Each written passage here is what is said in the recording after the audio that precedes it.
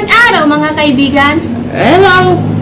Alam niyo ba, ngayon ay napaka-espesyal. Bakit po? Dahil ngayon, ituturo ko sa inyo kung paano ang hustong panalangin. Yay! Sino po ang Diyos? Ang Diyos ay ang makapangyarihan.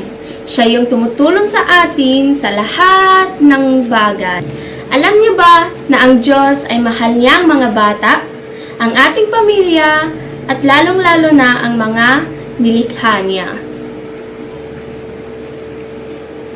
Pati ako? Oo naman, Rexy. Ano pong panalangin? Ang panalangin ay ang pakikipag-usap sa ating mahal na Panginoon. Alam niyo ba na ang panalangin ay hindi kailangan ng maraming salita? Kapag nananalangin ka, kailangan totoo ka. Alam niyo ba na maaari tayong manalangin kapag una, tayo ay masaya. Pangalawa, kapag tayo ay malungkot. Pwede rin na kapag tayo ay takot. At humihingi tayo ng tawad, di ba? Pwede pala kahit kailan? Tama ka dyan, Rexy. Alam mo na ang Panginoon ay ang laging nakikinig sa atin sa lahat ng ating problema at kapag kailangan natin siya. May tanong ako. Ano yun? Rexy, ano ba ang gusto mong ipagpasalamat sa ating mahal na Panginoon?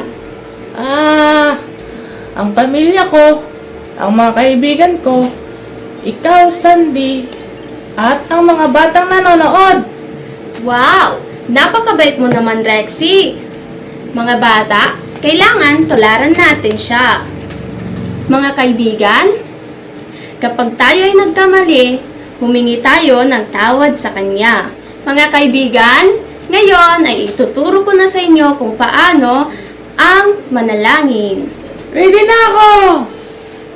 Okay, mga bata. Kapag tayo ay nananalangin, kailangan nakapikit ang ating mga mata. Gusto kong sundan niyo ako.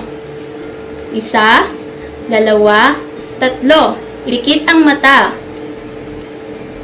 Iyuko ang ulo. At pagdikitin ang 2 kamay. Mga bata, kung gusto nyo, ay tularan nyo ako. Yan. Mahal naming Panginoon, salamat po sa araw na pinagkaloob nyo po sa akin. Salamat po sa aking pamilya, sa aking mga kaibigan, at lalo na sa aking guro. Panginoon, salamat po sa paggabay sa akin sa araw-araw na aking ginagawa. Ikaw na po ang bahala sa lahat ng aking gagawin sa araw na ito. Lagi mo po sana akong gabayan at ingatan sa araw-araw. Salamat po, Panginoon. Amen. Rexy, ano ang natutunan mo ngayon? Ang panalangin at pagkikipag-usap sa Diyos. Ano pa, Rexy?